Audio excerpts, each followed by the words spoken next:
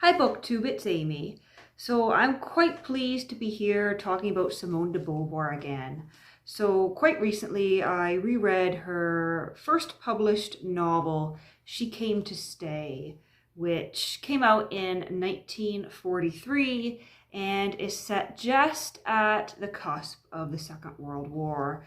So just about the time that she was publishing it, that's when the novel is set, and the English translation that I'm reading is translated by Yvonne Moisey and Roger Senhouse, and I do have this really great 1984 printing with this absolutely gorgeous cover here. And the painting is titled Yvonne in Green Dress, and it's by an artist by the name of Simone de Beauvoir. And I was quite taken with the cover the moment I saw it, and I'm still quite taken with it. So this, as I said, is Simone de Beauvoir's first published novel, and it is heavily based on the events of her own life and her own relationship with Jean-Paul Sartre, and two particular young women who came into their life and for a time sort of disrupted that equilibrium in her relationship that she had with Sartre. And it's commonly accepted that writing this novel was one of the ways that she sort of worked through these emotions and worked through this inner tension she had over that relationship and over how that relationship nearly came to an end. And so we have a cast of characters in this novel who are all more or less in love with each other and creating all sorts of problems through jealousy and tumultuous emotions. And all of this culminates in our main character, Francois, who is more or less the stand-in for the author Simone in this novel. It culminates in Francois coming to sort of an inner philosophical crisis over her existence and committing a violent act in the end. And so we have Francois, who is 30 years old. She is a writer. She writes for the theater. She's working on a novel, and she has constructed her life in such a way that it's very orderly. She has schedule, she is committed to her work, she is committed to her relationship with Pierre, who is sort of the stand-in for Sartre in this novel. Pierre, who is a playwright and a writer himself, and who loves to sort of push people and get them to expand on their ideas.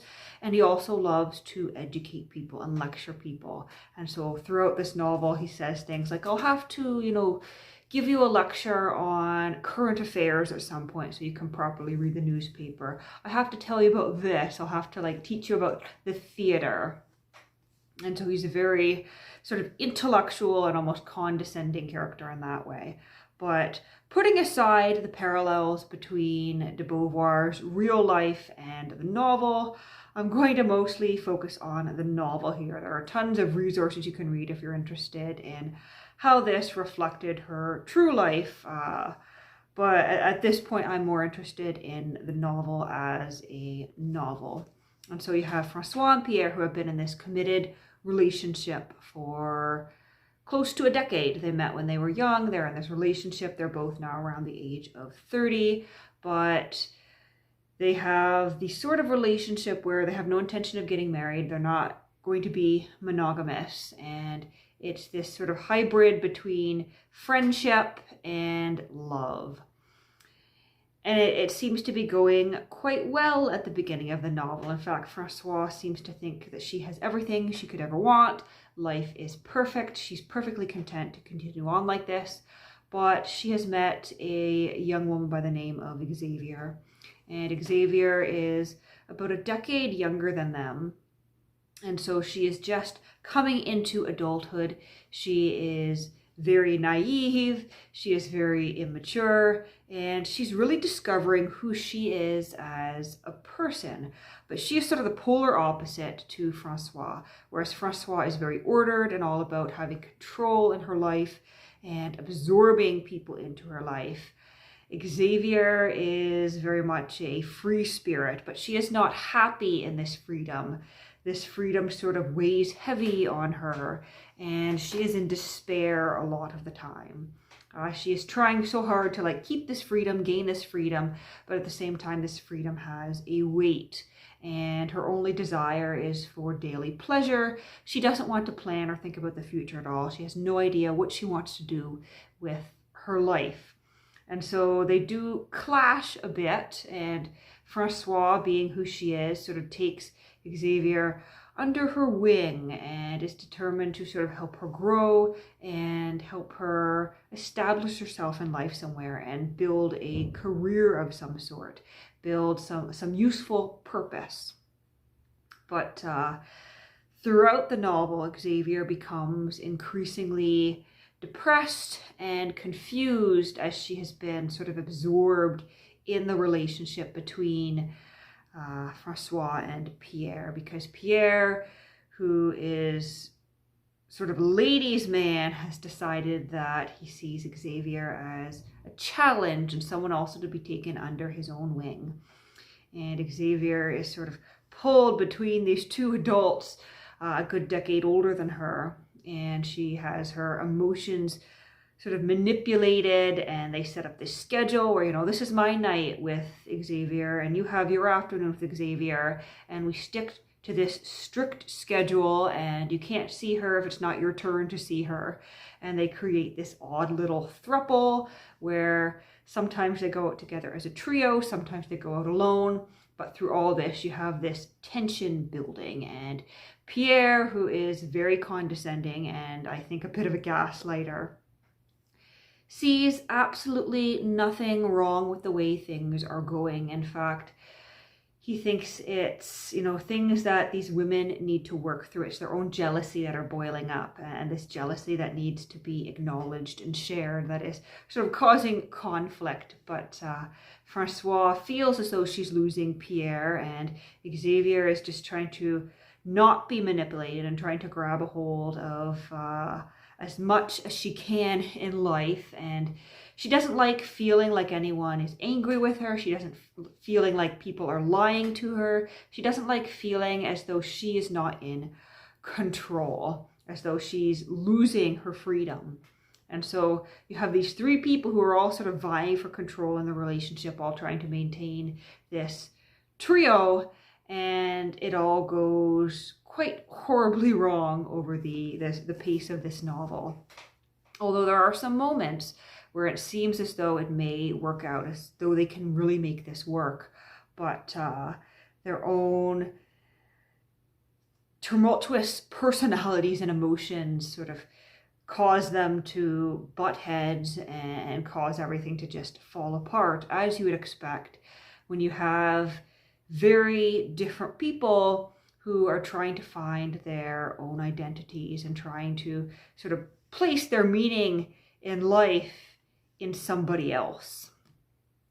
And we also have sort of a cast of other characters here. We have a young man by the name of Gerbert, or Gerbert perhaps. And Gerbert is closer to Xavier's age, and so really they would be the perfect match. Gerbert is about to do his mandatory military service. Just as a war is about to start, he is in the theater, and he sort of caught the eye of Xavier, and she's caught his eye, and they would really just be somewhat perfect together. But things are complicated by the fact that Xavier is falling in some ways for Pierre, whether that's a true love or not, or whether she has just sort of been taken in by this desire to have something, by this desire to be told what to do by someone. But she also sort of has feelings for Gerbert.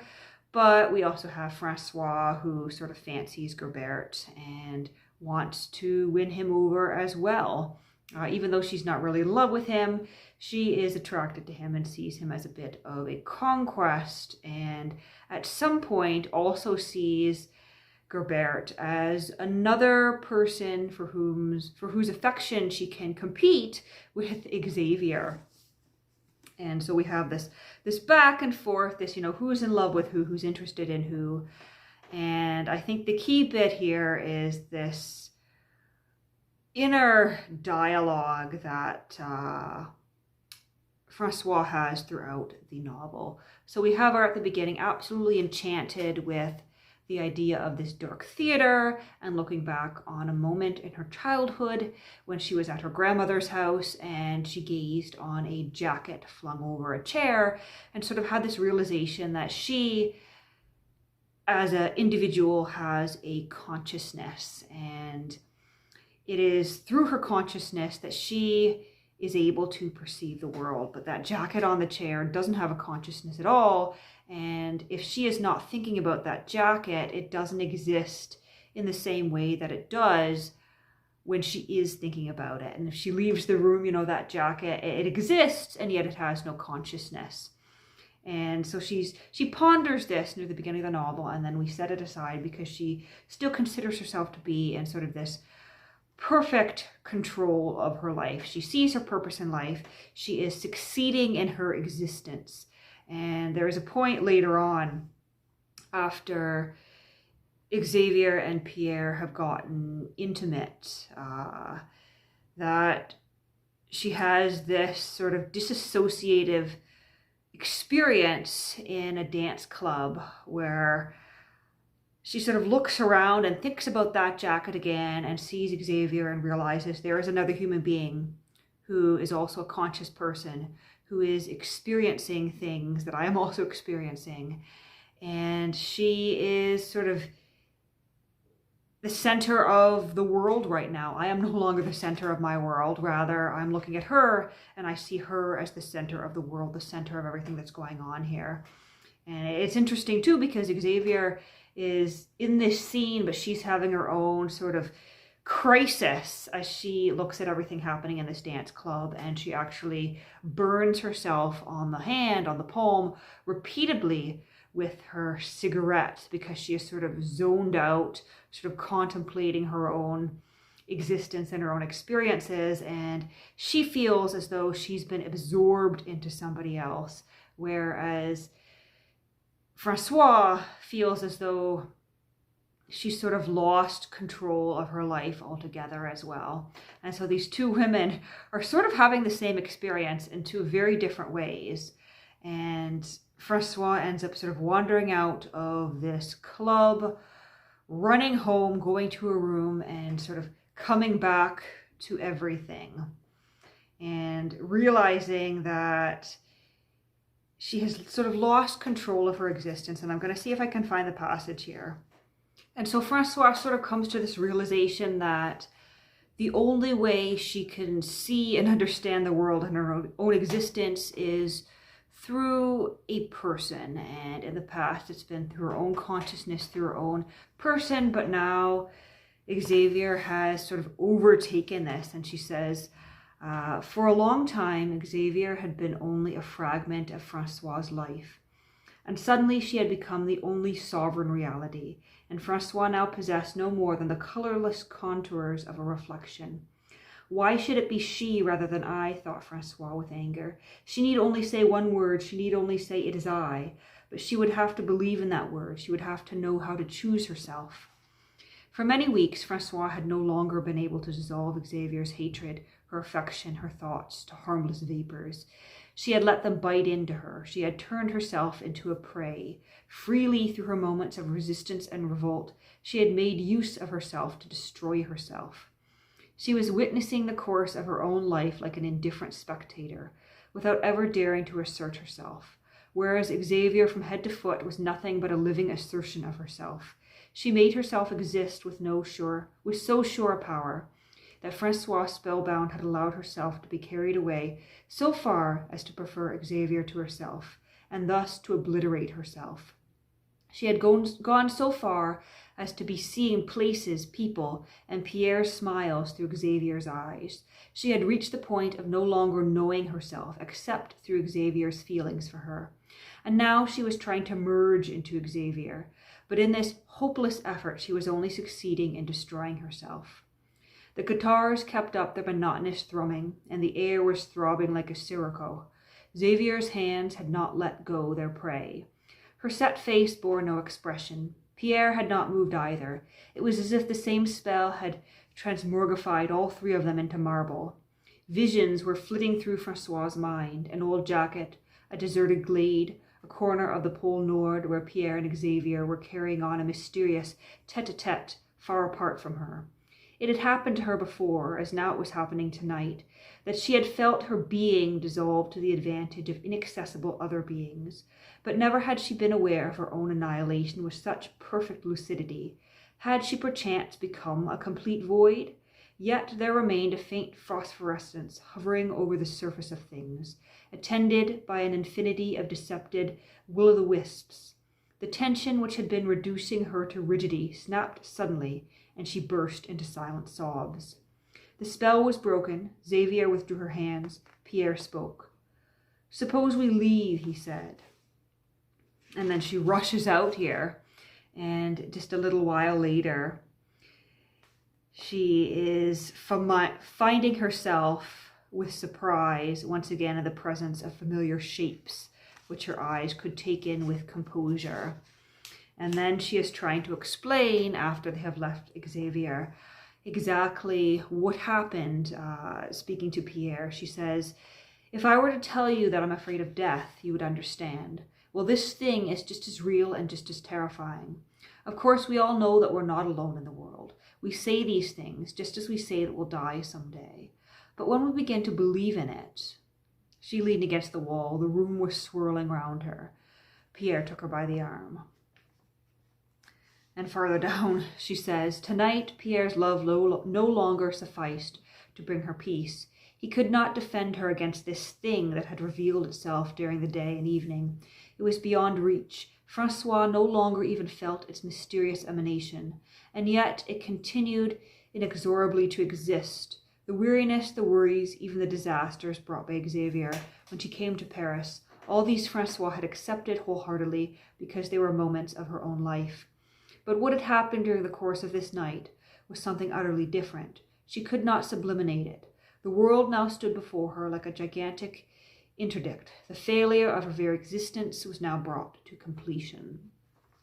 And she spends the rest of this novel trying to find a way to bring her own self back into existence, to put herself and her own consciousness sort of firmly at the center of her universe again, rather than let herself be sort of drawn in and absorbed into the existence and life of others.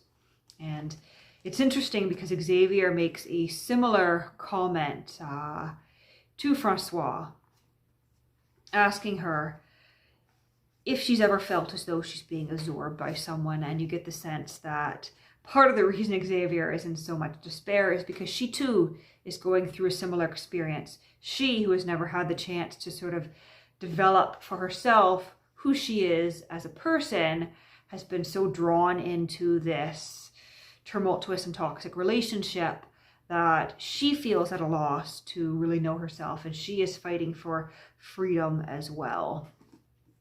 And so it's quite an interesting novel.